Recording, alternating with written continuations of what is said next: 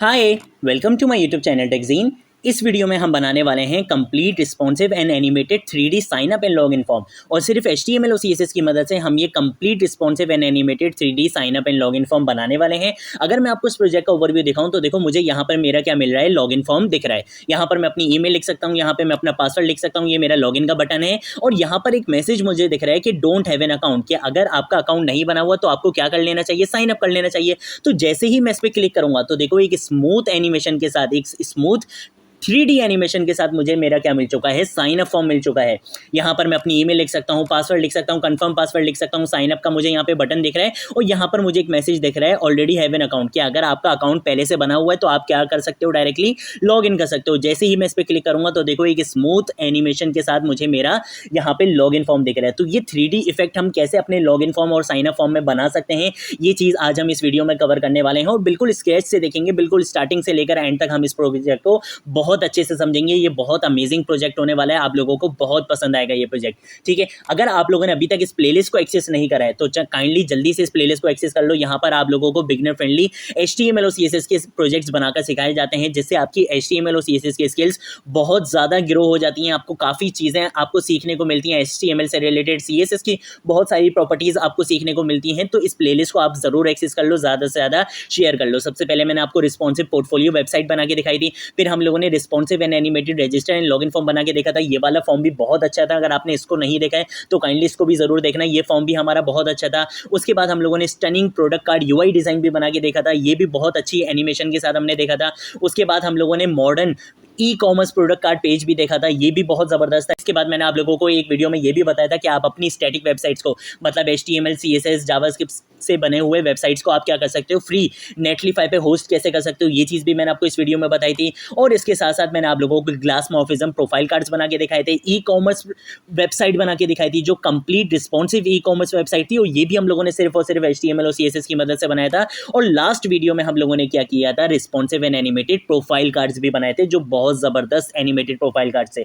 तो अगर आप लोगों ने अभी तक इन प्रोजेक्ट्स को नहीं देखे तो काइंडली इन प्रोजेक्ट्स को जरूर देखो। इन प्रोजेक्ट्स को देखने के बाद मैं गारंटी देता हूं आपको कि आपकी HTML और CSS की स्किल्स बहुत ज़्यादा गिर होंगी, आपको काफ़ी चीज़ें सीखने को मिलेंगी। ठीक है, तो अब हम चलते हैं आज के प्रोजेक्ट पे, जिसमें हम बनाने वाले हैं 3D sign up and login form, और ये हमारा फर्स्ट 3D प्रोजेक्ट होने वाला है। ठीक है, तो मैं आ जाता हूँ यहाँ पर, और मैंने यहाँ पर एक फोल्डर बना लिया है 3D sign up and login form के नाम से। ठीक है, आपने क्या करना है, आपने इस फोल्डर को ओपन करना है।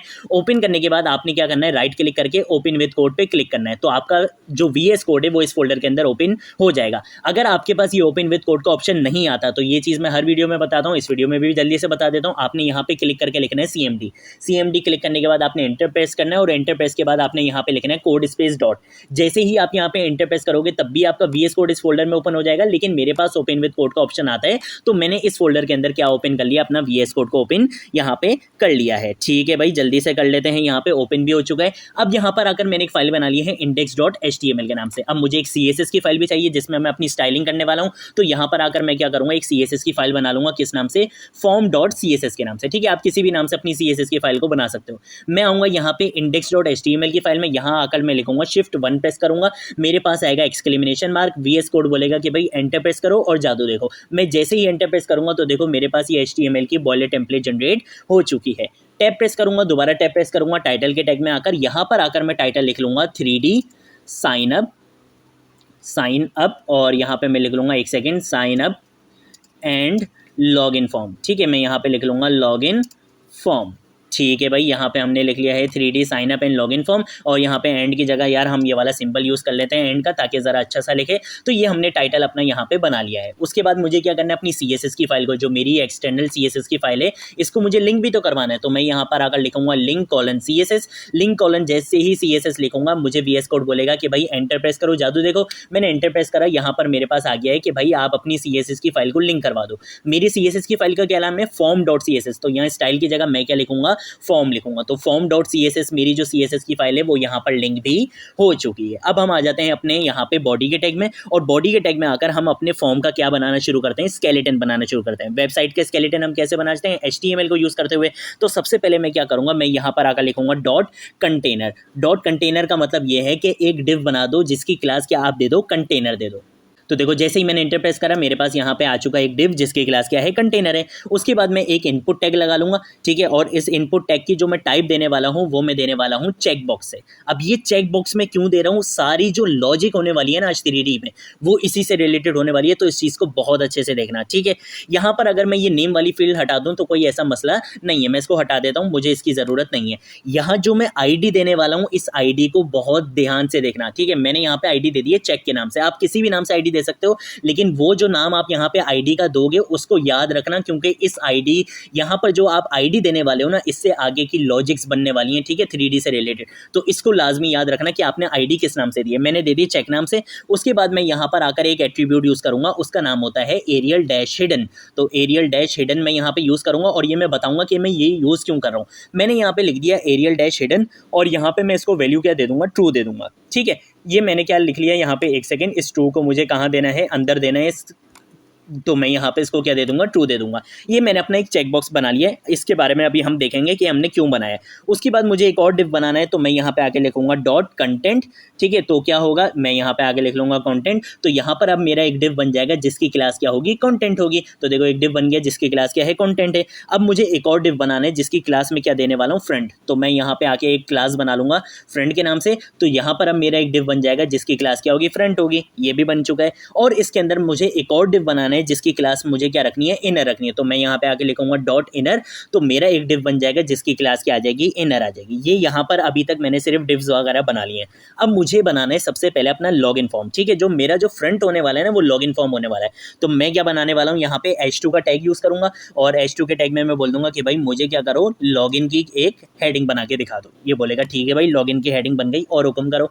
मैं यहाँ पे आके बोलूंगा कि भाई मेरा एक पैराग्राफ भी यहाँ पे जनरेट कर दो। तो मैं यहाँ पे आके लॉरेम 8 लिखूंगा। तो जैसे ही इंटरप्रेस करूंगा ये मेरा एक डमी पैराग्राफ मुझे VS कोड ने बना के दे दिया है। अब इसके बाद मुझे क्या करना है, अपनी इनपुट फील्ड्स वगैरह बनानी है। तो मैं यहाँ पर आकर लिखूंगा इनपुट, इनपुट के बाद लिखूंगा कॉलन, कॉलन के बाद मैं लिखूंगा ईमेल। तो ये मेरी एक इनपुट फील्ड आ जाएगी जिसकी टाइप क्या होगी, ईमेल होगी, जिसमें मैं अपनी ईमेल वगैरह लिख सकता हूँ, ठीक है। यहाँ पर आप नेम की फील्ड लिखना चाहो तो लिख लो, ID वगैरह, इन सारी चीज़ों का हमें यहाँ पे काम नहीं है क्योंकि हम कोई बैकएंड वगैरह का काम नहीं कर रहे, हम सिर्फ फ्रंट एंड बना रहे हैं। यहाँ पे आके मैं प्लेस होल्डर वाला अपना यहाँ पे एट्रीब्यूट यूज़ करूँगा और प्लेस होल्डर के अंदर मैं बोलूँगा कि भाई यहाँ पे लिख लो एंटर योर, मैं यहाँ पे आके लिख लूँगा एंटर योर ईमेल, ठीक है। ये चीज़ मैंने यहाँ पर लिख ली है। उसके बाद अब मुझे क्या करना है, मुझे अपनी एक और इनपुट फील्ड भी बनानी है। तो मैं इसी चीज़ को यहाँ पे डुप्लीकेट कर दूंगा कंट्रोल D से, मेरी ये कॉपी लाइन डाउन हो जाती है। अब ये चीज़ कहाँ से आती है, अक्सर लोग मुझसे पूछते हैं भाई देखो आपने क्या करना है, आपने यहाँ पे जाना है, यहाँ पे जाने के बाद आपको दिख रहा है कीबोर्ड शॉर्टकट्स का, आपने इस पर क्लिक करना है और यहाँ पर जाने के बाद आप यहाँ पे सर्च करोगे कॉपी लाइन डाउन,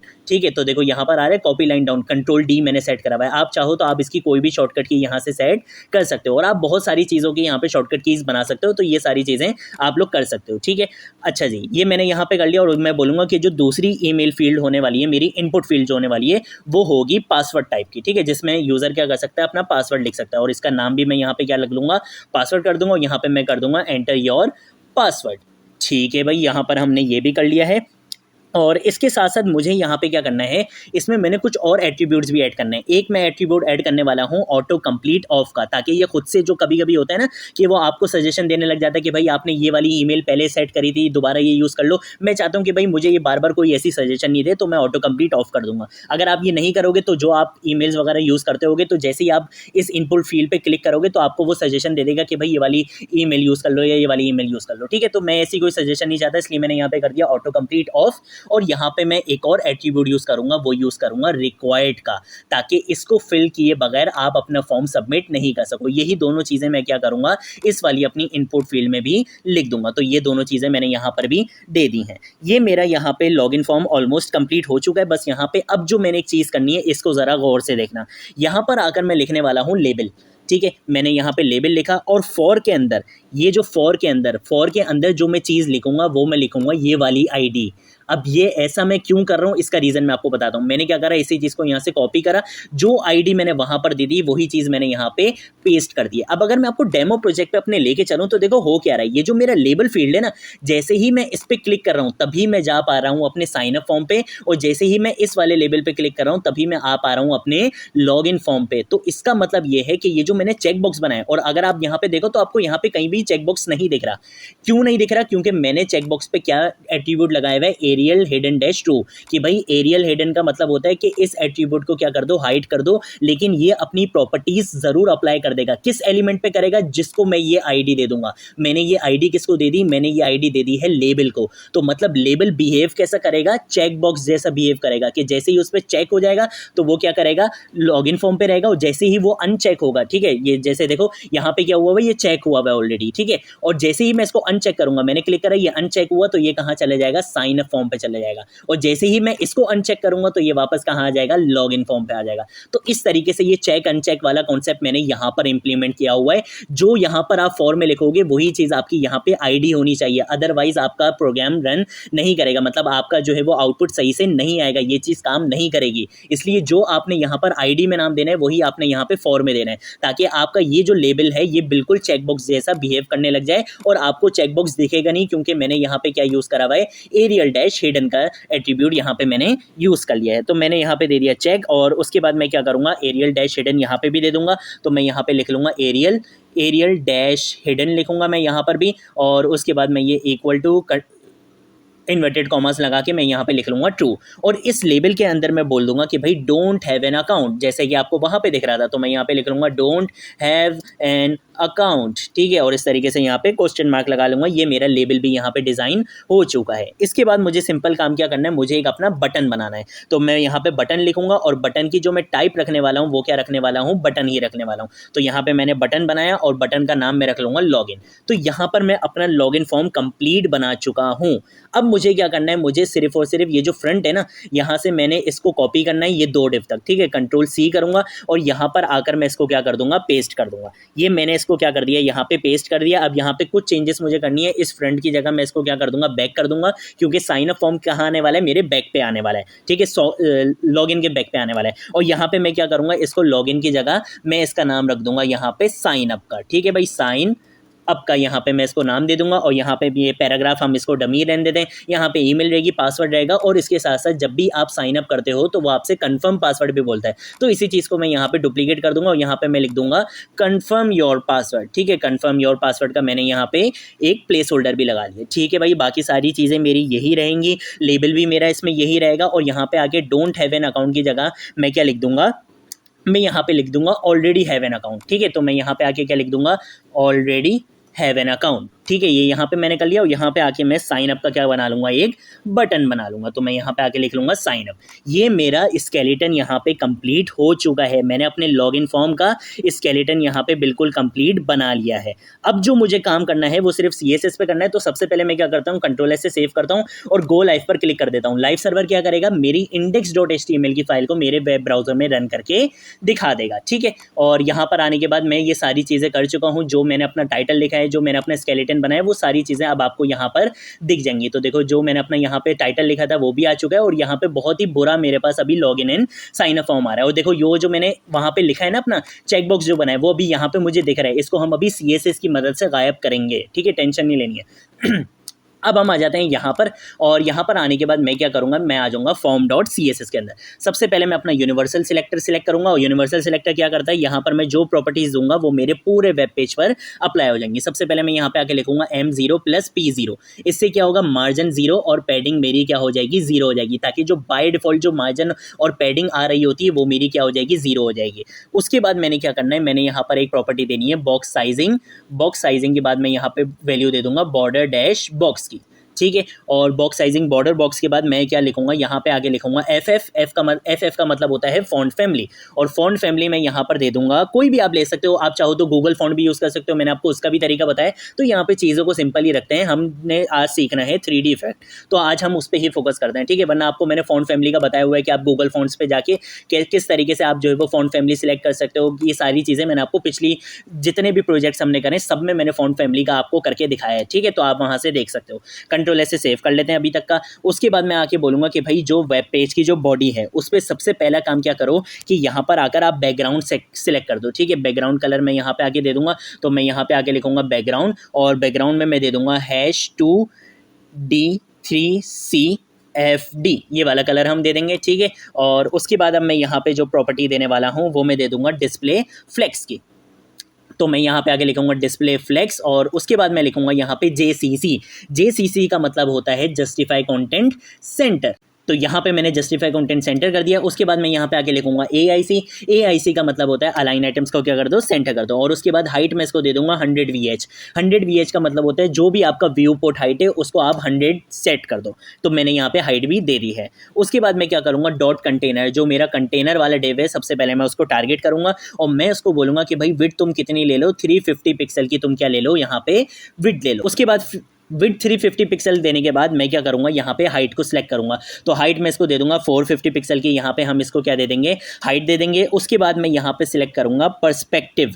अब ये क्यों यूज़ करते हैं पर्सपेक्टिव, मैं यहाँ पे दे दूंगा 1500 पिक्सल। पर्सपेक्टिव का मतलब ये होता है कि जो आप अपना 3D इफेक्ट लगाने वाले हो, उस 3D इफेक्ट का जो मोशन आप देखने वाले हो, जो एनिमेशन आप देखने वाले हो, वो कितनी दूरी से देखने वाले हो। तो मैंने बोला कि भाई 1500 पिक्सल की मुझे थोड़ा सा दूरी दिखे, ऐसा ना हो कि बिल्कुल ही मेरे करीब आके जो है वो मुझे 3D इफेक्ट दिख रहा हो, तो यार मज़ा नहीं आएगा। जितनी दूर से मैं देखूंगा उतनी दूर से मुझे अच्छे से लगेगा कि यार अच्छा ये सारी चीज़ें मुझे 3D इफेक्ट होते हुए कंप्लीट दिख रहा है। तो मैंने यहाँ पे पर्सपेक्टिव क्या सेट कर दिया, 1500 पिक्सल सिलेक्ट कर दिया है।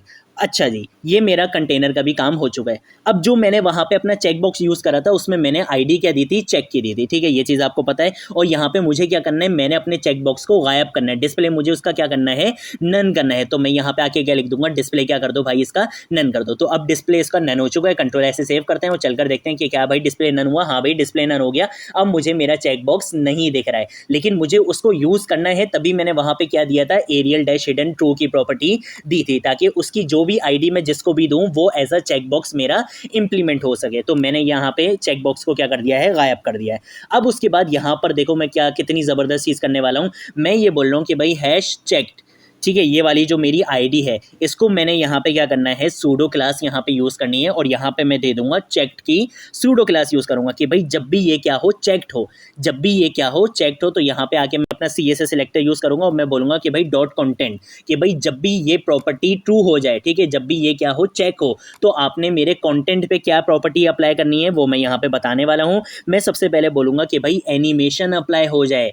क्या अप्लाई हो जाए, एनिमेशन अप्लाई हो जाए 2 सेकेंड के साथ। और उसके बाद मैं अपनी एनिमेशन का नाम दे दूंगा एनिमेट के नाम से। ये अभी मैं बनाऊंगा एनिमेट के नाम से, अभी एक एनिमेशन बनाऊंगा, तब मैं इस चीज़ को इंप्लीमेंट करूंगा। उसके बाद मैं यहाँ पर आकर एक प्रॉपर्टी दे दूंगा ट्रांसफॉर्म की, और इस ट्रांसफॉर्म में मैं बोल दूंगा कि भाई रोटेट वाई, इसको मुझे क्या करवाना है, रोटेट भी करवाना है। और कितना रोटेट करवाना है, यहाँ पे आके मुझे एंगल बताना होता है। तो मैं बोलूँगा कि भाई 180 डिग्री का मुझे यहाँ पे क्या करवाना है, रोटेट करवाना है वाई एक्सिस पे। तो यहाँ पे मेरा किसका काम हो चुका है, कंटेंट का भी काम हो चुका है। इसके बाद अब यहाँ पे आके मैं अपनी एनिमेशन को ज़रा बना लेता हूँ। तो मैं एनिमेशन हम कैसे करते हैं, @ हम यूज़ करेंगे, की फ्रेम्स हम यूज़ करते हैं, आइडेंटिफायर की जगह हम ये अपना एनिमेशन का नाम लिख देंगे। तो यहाँ पे आके मैंने अपनी एनिमेशन का नाम लिख दिया एनिमेट। आप किसी भी नाम से अपनी एनिमेशन बना सकते हो।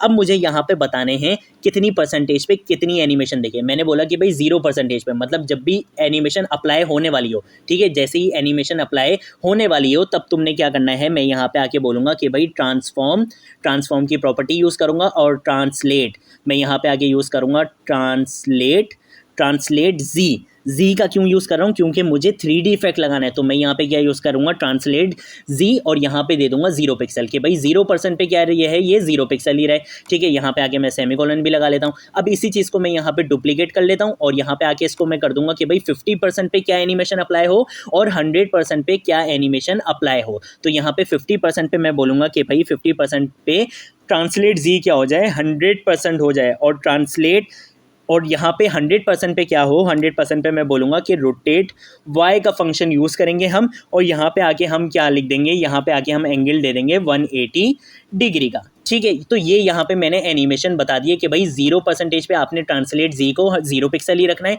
50% जैसे ही वो आधा हो जाए तो आपने मुझे 100 पिक्सल करके दिखानी है 3D इफेक्ट, ठीक है। जैसे ही वो आधा हो तभी देखो, जैसे ही मैं आपको यहाँ पे करके दिखाता हूँ, कहाँ गया हमारा ये रहा डेमो प्रोजेक्ट। जैसे ही मैं इस पर क्लिक कर रहा हूँ तो देखो जैसे ये बीच में आ रहा है ना, ये मेरा 50% है, और जैसे ये वापस आ रहा है तो ये मेरा क्या है, 100% है, ठीक है। तो ये मैंने यहाँ पे इस तरीके से अपनी एनिमेशन को यहाँ पे डिज़ाइन कर दिया है। अच्छा जी, अभी के लिए मैं क्या करता हूँ, इसको एनिमेशन को यहाँ पे कमेंट कर देता हूँ, ठीक है, ताकि मैं सबसे पहले अपना फॉर्म जो है वो अच्छे से डिज़ाइन कर लूँ। उसके बाद जो है वो हम एनिमेशन को देखते रहेंगे। मैं यहाँ पे आके बोलूँगा कि भाई कंटेंट वाली क्लास को क्या करो, टारगेट करो, और सबसे पहले क्या करो, विद इसकी सेट कर दो 100% की, ठीक है।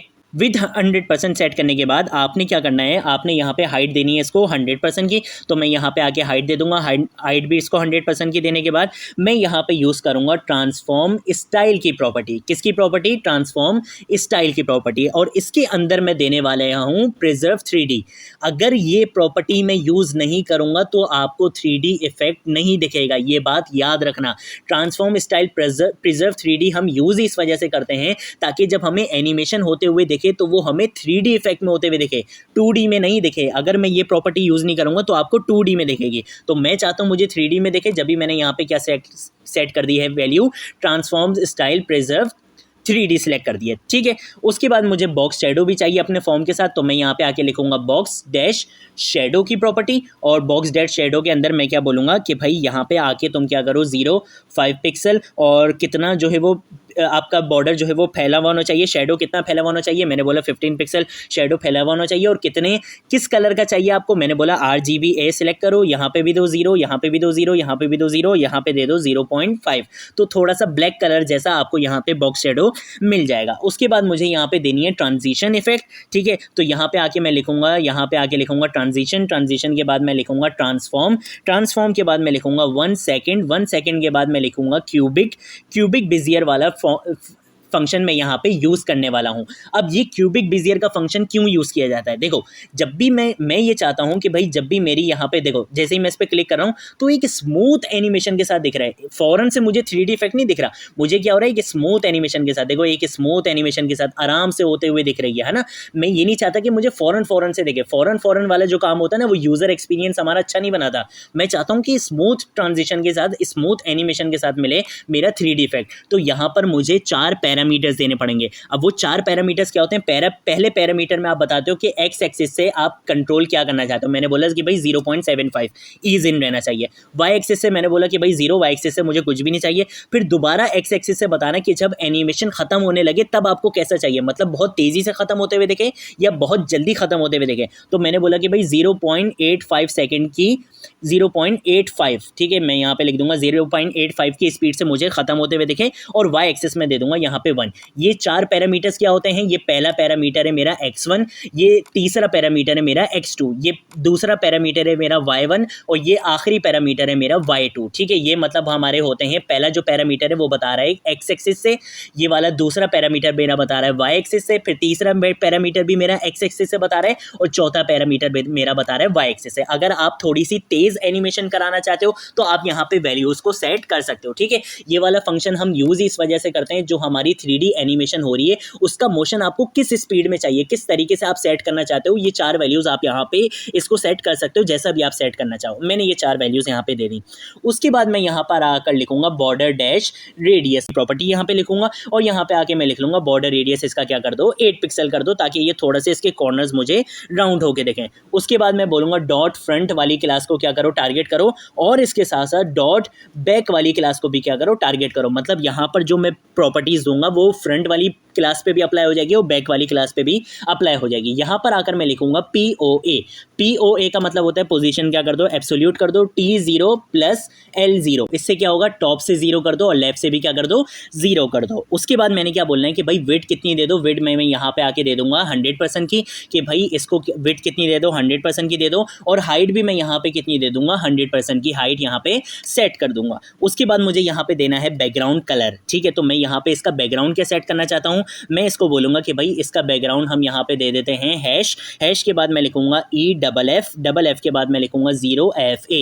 ये यहाँ पे मैंने इसका क्या कर दिया है, कलर सेट कर दिया है, बैकग्राउंड मैंने इसका सेट कर दिया। उसके बाद मैंने यहाँ पे क्या करना है, बैक फेस विजिबिलिटी, ठीक है। मैं यहाँ पे क्या लिखने वाला हूँ, बैक फेस विजिबिलिटी, और यहाँ पे आके मैं लिख दूंगा हिडन। ये प्रॉपर्टी क्यों यूज करता हूँ, क्योंकि देखो मुझे क्या करना है, मैं ये चाहता हूँ कि भाई ये मेरा जैसे फॉर्म है, अब मुझे इसके पीछे मेरा क्या है, लॉगिन फॉर्म। तो देखो मुझे लॉगिन फॉर्म नहीं दिख रहा, अगर मैं ये प्रॉपर्टी यूज नहीं करूंगा, बैक फेस विजिबिलिटी हिडन नहीं करूंगा, तो यहाँ पर ही रहते हुए मुझे साइन अप भी दिख रहा होगा और पीछे से मुझे इसका क्या दिख रहा होगा, लॉगिन फॉर्म भी दिख रहा होगा। तो मैं चाहता हूं कि भाई इसके पीछे जो भी चीज़ है वो मुझे ना दिखे, तो इस वजह से मैं क्या करूंगा, यहाँ पर आके बैक फेस विजिबिलिटी इसकी हिडन कर दूंगा, ठीक है। बैक फेस विजिबिलिटी हिडन कर दी। उसके बाद यहाँ पर भी मैं क्या लिखूंगा, ट्रांसफॉर्म स्टाइल की प्रॉपर्टी यूज करूंगा, और यहाँ पर भी मैं यहाँ पे कौन सी प्रॉपर्टी यूज करने वाला हूँ, प्रिजर्व 3D वाली प्रॉपर्टी यूज करने करने वाला हूँ। तो मैं यहाँ पे आके लिखूंगा प्रिजर्व 3D वाली प्रॉपर्टी, और उसके साथ साथ मुझे यहाँ पे पर्सपेक्टिव भी देना है, क्योंकि इसका भी मुझे क्या देना पड़ेगा, पर्सपेक्टिव देना पड़ेगा कि भाई कितनी दूरी से देखना चाहते हो, 1500 पिक्सल की दूरी से आप इसको देखना चाहते हो। उसके बाद मैं यहाँ पे आके लिख दूंगा बॉर्डर रेडियस। ठीक है, बॉर्डर रेडियस में इसका कितना दे दूंगा, बॉर्डर नहीं बॉर्डर रेडियस मुझे इसका देना है। तो मैं यहाँ पे आगे बॉर्डर रेडियस इसका दे दूंगा, और यहाँ पे बॉर्डर रेडियस में इसको सेट कर दूंगा 15 पिक्सल का border radius, I think enough रहेगा। ठीक है भाई, तो कंट्रोल ऐसे सेव करता हूँ, चलकर देखते हैं कि भाई अभी हमारा फॉर्म हमें कैसा दिख रहा है। तो देखो अभी मुझे मेरा फॉर्म कुछ इस तरीके से दिख रहा है। ठीक है, तो अभी ये कुछ इस तरीके से दिख रहा है। तो अभी हम आगे आ जाते हैं ज़रा, और ज़रा इसको सेट करना शुरू करते हैं कि भाई अभी थोड़ा सा अच्छा नहीं दिख रहा हमें, तो अभी हम इसको सेट करते हैं, मसले वाली बात नहीं है। मैं यहाँ पे आगे लिखूंगा कि भाई डॉट बैक वाला जो मेरा कंटेनर है उसमें आपने क्या करना है, यहाँ पर आकर मैं इसको ट्रांसफॉर्म दे दूंगा। ट्रांसफॉर्म के बाद मैं यहाँ पे क्या दे दूंगा, ट्रांसफॉर्म के बाद मैं दे दूंगा रोटेट वाई का फंक्शन यूज करूंगा, और यहाँ पे आके मैं दे दूंगा 180 डिग्री का क्या करो, यहाँ पे रोटेट करवा देना। ठीक है भाई, उसके बाद मैंने क्या करना है, मैं यहाँ पे आके डॉट इनर वाले कंटेनर को अपने टारगेट करूंगा, और डॉट इनर के अंदर सबसे पहले मैं प्रॉपर्टी दे दूंगा, हाइट इसकी दे देंगे 100%, और हाइट 100% की देने के बाद अब मैं क्या करूंगा, मैं यहाँ पे आके पैडिंग सेट कर दूंगा। तो मैं पैडिंग इसको दे दूंगा 1.5 EM की। ठीक है, तो यहाँ पे मैंने पैडिंग क्या दे दी है, 1.5 EM की दे दी है। उसके बाद मैं यहाँ पे आके यूज़ करूँगा ट्रांसफॉर्म का फंक्शन, और ट्रांसफॉर्म की प्रॉपर्टी यहाँ पे यूज़ करूँगा। ट्रांसफॉर्म की प्रॉपर्टी के अंदर मैं बोलूँगा कि भाई ट्रांसलेट जी वाला क्या करो, फंक्शन को यूज़ करो, ट्रांसलेट जी के फंक्शन को यूज़ करो, और ट्रांसलेट जी कितना करो, 80 पिक्सल ट्रांसलेट जी करो, और स्केल का फंक्शन यहाँ पे यूज़ करके मैं वैल्यू दे दूंगा 1, क्योंकि जब भी मैं क्या कर रहा हूँ, मेरा लॉगिन फॉर्म पे जैसे ही मैं उसके लेबल पे क्लिक कर रहा हूँ तो वो पहले मुझे स्केल होता हुआ दिख रहा है। स्केल की प्रॉपर्टी से क्या होता है, मैं यहाँ पे आपको करके दिखाता हूँ। जैसे ही मैं यहाँ पे आ रहा हूँ, तो देखो जैसे ही मैं इस पे क्लिक कर रहा हूँ तो देखो ये पहले मेरे करीब आ रहा है थोड़ा सा, उसके बाद ये साइन अप हो रहा है। तो स्केल की प्रॉपर्टी मैंने यहाँ पे क्या दे दी है, 1 दे दिया, और ट्रांसलेट इसको मैंने कितना दे दिया है, जी दे दिया है 80 पिक्सल। ठीक है भाई, उसके बाद मैं यहाँ पे आके H2 का टैग यूज़ करूँगा, और H2 के टैग के अंदर मैं अपनी हेडिंग को बोलूँगा कि भाई POA का मतलब होता है पोजीशन इसकी एब्सोल्यूट कर दो। उसके बाद टॉप से मैं इसको बोलूँगा कि 50 पिक्सल क्या ले लो, तुम टॉप से ले लो, और लेफ्ट से मैं इसको बोलूँगा, लेफ्ट से मैं इसको दे देता हूँ 30%, मैं इसको कितना दे दूंगा, लेफ्ट से दे दूंगा। ठीक है भाई, लेफ्ट से मैंने इसको 30% दे दिया। उसके बाद मैं लिखूंगा FSZ का मतलब होता है कि भाई फॉन्ट साइज़ कितना दे दो, मैं बोलूँगा कि भाई 28 पिक्सल आई थिंक इनफ रहेगा। और उसके बाद मुझे क्या करना है, इस अपने कलर भी बताना है इसका। ठीक है, अपनी हेडिंग का क्या बताना है, कलर बताना है। तो यहाँ पे आके मैं #2D वाला कलर यहाँ पे अपना यूज़ कर लूँगा, और उसके बाद मैं यहाँ पे आके एक और प्रॉपर्टी लिखूंगा FWB का मतलब होता है फॉन्ट वेट इसका क्या कर दो, बोल्ड कर दो। उसके बाद अब मुझे अपने पैराग्राफ को भी टारगेट करना है। तो पैराग्राफ को टारगेट करने के लिए मैं क्या करूँगा, सबसे पहले इसका कलर सेट करूँगा, और कलर के अंदर मैं यहाँ पे आके यही वाला कलर जो है मेरा, मैं इसी कलर को यहाँ पे यूज़ कर लूँगा। कलर के बाद मैं यहाँ पे आके लिखूँगा FSZ, फॉन्ट साइज़ इसका क्या कर दो, 15 पिक्सल इनफ रहेगा इसका। और इसके साथ साथ पैडिंग में इसको दे दूंगा 7 पिक्सल की। ठीक है, कि चारों तरफ से ये पैडिंग कितनी ले ले, 7 पिक्सल की ले ले। MT 70 पिक्सल, MT का मतलब होता है मार्जिन, टॉप से इसको कितनी दे दो, 70 पिक्सल की दे दो। इसके साथ साथ मैं यहाँ पे लिखूंगा TAJ का मतलब होता है टेक्स्ट अलाइन क्या कर दो, जस्टिफाई कर दो। इसके साथ साथ मैं LH लिखूंगा, LH। ठीक है, LH का मतलब होता है कि लाइन हाइट में इसमें कितनी देना चाहता हूँ, 1.4 EM देना चाहता हूँ। ठीक है, तो यहाँ पे मैंने लाइन हाइट भी इसको दे दी है। ठीक है भाई, कंट्रोल ऐसे सेव करते हैं, और ज़रा चल के देखते हैं कि भाई अभी हमें हमारा फॉर्म किस तरीके से दिख रहा है। तो ठीक है, अभी हमें हमारा फॉर्म हमें कुछ इस तरीके से दिख रहा है। ठीक है भाई, कुछ इस तरीके से अभी हमें हमारा फॉर्म दिख रहा है। देखो आपको यहाँ पे एनिमेशन भी दिख रही है, और देखो अभी मुझे क्या दिख रहा है, फ़ौरन तेज़ी से होते हुए दिख रहा है। देख रहे हो कितनी तेज़ी से होते हुए दिख रहा है। लेकिन अभी मैं एक काम ये करता हूँ कि मैंने जो वो एनिमेशन वाला जो सारा कोड जो मैंने यहाँ पे क्या किया था, मैंने इसको कमेंट किया था। तो अब मैं इसको ज़रा अनकमेंट करता हूँ, और अब आपको इफेक्ट दिखाता हूँ कि अब इफेक्ट क्या आने वाला है। कंट्रोल ऐसे यहाँ पे सेव करते हैं, और ज़रा चलते हैं यहाँ पे, और अब देख रहे हो कितनी स्मूथ ट्रांजिशन के साथ ये सारी चीज़ें आपको होते हुए यहाँ पे दिख रही हैं। ठीक है, तो अभी हम आगे भी और इस चीज़ को देखते रहेंगे। अब हमने क्या करना है, अपने इनपुट टेक्स्ट को क्या करना है, स्टाइल करना है। तो सबसे पहले मैं बोलूँगा कि भाई इनपुट, और यहाँ पे एडवांस CSS सिलेक्टर का यूज़ करूँगा, और मैं बोलूँगा कि भाई उस इनपुट को स्टाइल करो जिसकी ईमेल क्या है, जिसकी टाइप क्या है, ईमेल है, जिसकी टाइप क्या है, ईमेल है, उसको स्टाइल करो। इसके साथ साथ तुमने उस इनपुट को स्टाइल करना है जिसकी टाइप क्या है, मैं यहाँ पे आगे लिख दूंगा जिसकी टाइप क्या है, पासवर्ड है। ठीक है, मैं यहाँ पे आके क्या लिख लूंगा, पासवर्ड।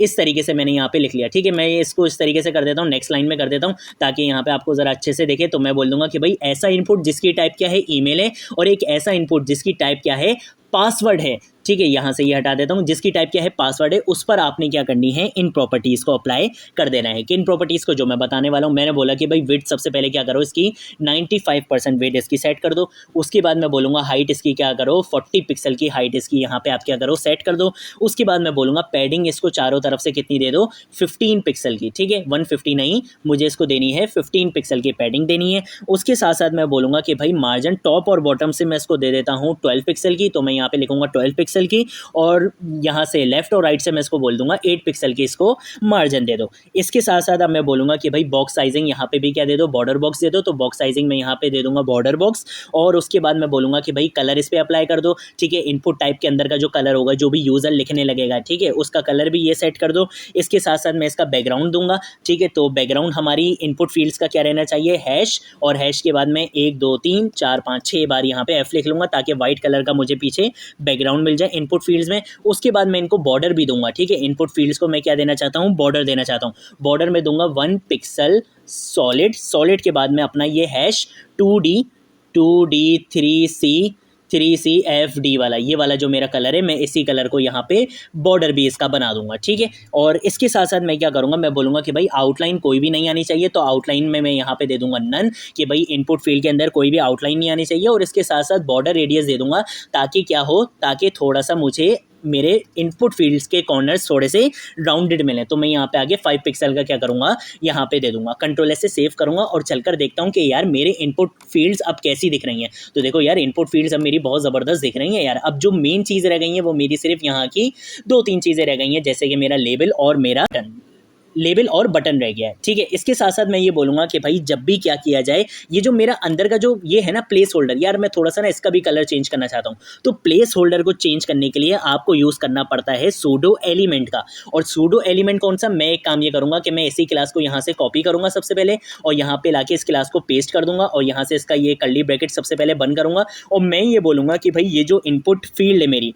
इस पर मैं अप्लाई करूँगा सूडो एलिमेंट। और सूडो एलिमेंट कौन सा, प्लेस होल्डर वाला, ताकि उस प्लेस होल्डर को मैं चेंज कर सकूं, ठीक है। तो मैं क्या करूंगा, यहाँ पे आके क्या लिखूंगा, प्लेस होल्डर का सूडो एलिमेंट यहाँ पे लगा लूंगा। और मैं बोलूंगा कि भाई सूडो एलिमेंट का जो बाय डिफॉल्ट कलर आ रहा है वो ना आए, बल्कि इस पर मैं यहाँ पे कलर्स जो है वो सिलेक्ट कर दूंगा। कलर मैं इसका यहाँ पे दे देता हूँ, कलर इसको क्या दूं मैं, कलर एक मिनट, कलर मैं इसको यहाँ पे दे देता हूँ, हैश लिखूंगा, हैश के बाद मैं लिखूंगा 9DA और 9DA के बाद मैं लिख दूंगा 3F9 ये वाला कलर मैं इसको यहाँ पे दे दूंगा। तो अब मेरे जो प्लेस होल्डर होंगे उनका जो कलर आ रहा था वो भी क्या हो जाएगा, यहाँ से थोड़ा सा चेंज हो जाएगा। 9DA 3F9, हाँ 9DA 3F9 यही कलर मुझे रखना है। हाँ देखो यहाँ पे मेरा कलर भी क्या हो चुका है, चेंज हो चुका है, ठीक है भाई ज़बरदस्त। यहाँ पे मैंने अपने प्लेस होल्डर को भी क्या कर दिया है, चेंज कर दिया है। तो अब जल्दी से आ जाते हैं यार, और जल्दी से आने के बाद अब क्या करते हैं, अपने लेबल को डिज़ाइन करते हैं। तो मैं बोलूँगा कि भाई जो डॉट फ्रंट का मतलब जो मेरे लॉगिन वाले फॉर्म का जो मेरा लेबल है, सबसे पहले उसको डिज़ाइन करो। सबसे पहले पैडिंग इसको दे दो, टॉप और बॉटम से कितनी दे दो, इसको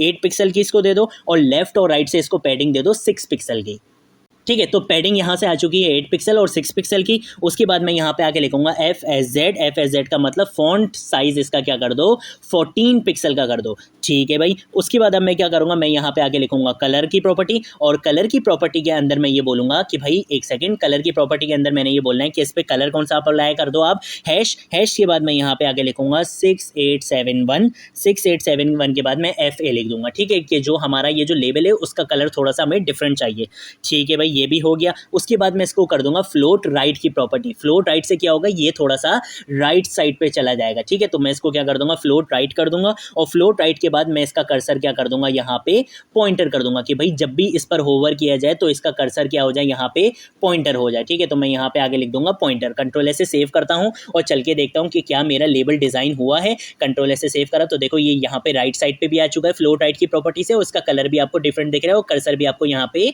पॉइंटर दिख रहा है। अब इसके साथ साथ मैं क्या करूंगा, अपने बैक वाले लेबल को भी डिजाइन कर दूंगा। तो डॉट बैक लिखूंगा, डॉट बैक के बाद लेबल लिखूंगा, और इस लेबल के अंदर मैं क्या करने वाला हूं, सबसे पहले लिखूंगा POA का मतलब क्या होता है, पोजीशन इसकी क्या कर दो, एब्सोल्यूट कर दो। उसके बाद मैं बोलूंगा कि भाई बॉटम से इसको मैं दे देता हूं 35 पिक्सल, ठीक है। बॉटम से मैं इसको कितना दूंगा, 35 पिक्सल मैंने इसको बॉटम से दे दिया है।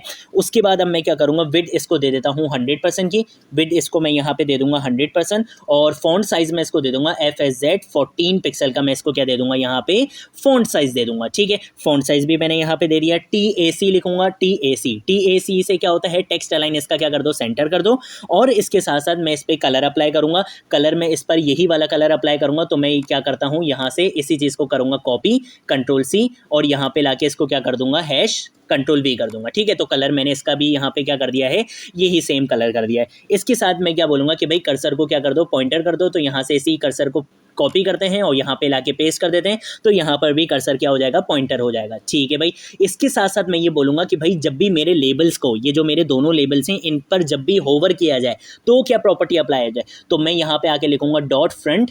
डॉट फ्रंट के बाद मैं बोलूँगा कि भाई डॉट फ्रंट का जो मेरा क्या है, लेबल है, डॉट फ्रंट का जो लेबल है उस पर जब भी क्या किया जाए, होवर किया जाए, सूडो क्लास का यूज़ कर रहा हूँ और कॉमा लगाऊंगा और बोलूँगा कि भाई डॉट बैक का जो मेरा लेबल है, जब उस पर भी क्या किया जाए, होवर किया जाए, तब आपने क्या करना है, तब आपने काम ये करना है कि आपने मेरे लेबल्स का क्या कर देना है, कलर थोड़ा सा डार्क कर देना है। तो मैं यहाँ पे आके कलर की प्रॉपर्टी यूज़ करूँगा और कलर की प्रॉपर्टी के अंदर मैं ये #2D वाला कलर ही यूज़ कर लूँगा। Ctrl+S से सेव करता हूँ, चल के देखता हूँ कि क्या लेबल डिज़ाइन हुआ है। अच्छा भाई, अभी मुझे मेरा लेबल कुछ इस तरीके से दिख रहा है। जैसे ही मैं इस पर होवर कर रहा हूँ तो देख रहे हो इसका कलर आपको थोड़ा सा डार्क होते हुए दिख रहा है। तो यहाँ पे हम अपना लेबल भी क्या कर चुके हैं, डिज़ाइन अपना ऑलमोस्ट कंप्लीट हम यहाँ पे कर चुके हैं। ठीक है भाई, अब हम आ जाते हैं अपने बटन को डिज़ाइन करने के लिए। तो मैं बटन को यहाँ पे सिलेक्ट करूँगा। बटन को सिलेक्ट करने के बाद सबसे पहले बोलूँगा POA, मतलब बटन की पोजीशन को क्या कर दो, सबसे पहले तो पोजीशन इसकी एब्सोल्यूट कर दो। राइट से मैं इसको बोलूँगा 25%, कि भाई राइट से इसको कितना घिसका दो, 25% घिसका दो। उसके बाद मैं बोलूँगा कि विड्थ इसकी कितनी कर दो,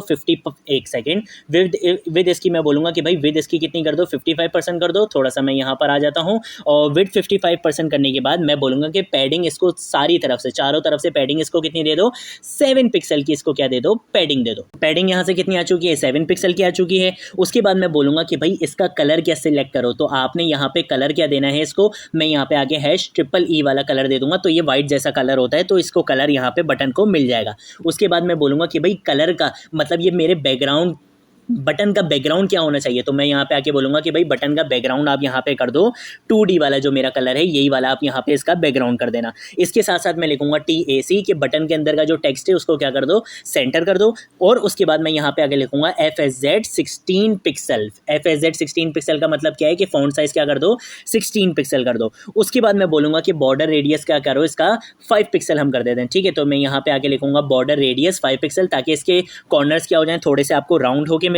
और उसके साथ साथ मैं बोलूँगा कि भाई बटन पे कोई भी मेरी आउटलाइन नहीं आनी चाहिए। तो मैं बटन पे आउटलाइन क्या कर दूंगा, नन कर दूंगा। और मैं बोलूँगा कि भाई बटन पे कोई भी बॉर्डर भी नहीं आना चाहिए। ठीक है, तो बटन, 1 सेकेंड, मैं यहाँ पे आके बोलूँगा कि भाई बॉर्डर क्या कर दो, इसका बॉर्डर भी इसका नन कर दो, कि मुझे इस पर कोई भी बॉर्डर वगैरह भी नहीं चाहिए। इसके साथ साथ मैं इसको क्या बोलूँगा, कर्सर इसका क्या कर दो, यहाँ पे पॉइंटर कर दो। और कर्सर पॉइंटर के बाद मैं यहाँ पे ट्रांजिशन देने वाला हूँ। ट्रांजिशन इस वजह से दे रहा हूँ क्योंकि मैं अपने बटन पे होवर इफेक्ट भी लगाना है और मैं चाहता हूँ कि वो होवर इफेक्ट मुझे थोड़ा सा स्मूथ ट्रांजिशन के साथ दिखे।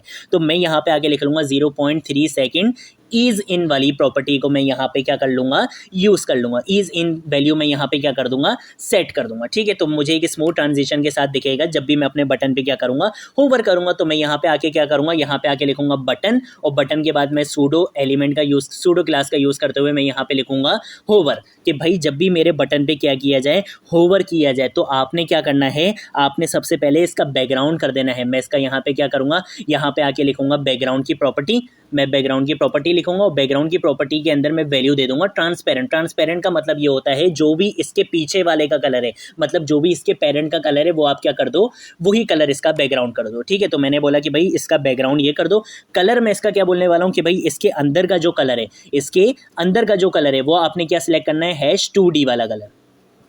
तो यहाँ पे मैं ये #2D वाला कलर मैंने यहाँ पे सिलेक्ट कर दिया है। और इसके साथ साथ मैं बोलूँगा कि भाई जब भी होवर किया जाए तो इस पर बॉर्डर भी आ जाए, और बॉर्डर कैसा आ जाए, 2 पिक्सल सॉलिड वाला बॉर्डर आ जाए। और किस कलर का आ जाए, एक सेकेंड, #2D वाला, ये वाला जो मेरा कलर है, #2D 3CFD, ये वाला जो मेरा कलर है, ये इसका क्या बन जाए, बॉर्डर भी यहाँ पे बन जाए। ये सारी चीज़ें मैंने कर ली हैं। Ctrl+S से सेव करता हूँ, चल के देखता हूँ कि क्या भाई मेरा डिज़ाइन हो चुका है। हाँ भाई, ये भी चीज़ मेरी डिज़ाइन हो चुकी है। बस एक मसला ये आ रहा है कि ये इसके ऊपर आ रहा है। ठीक है, तो मुझे इसको ज़रा अब सेट करना पड़ेगा।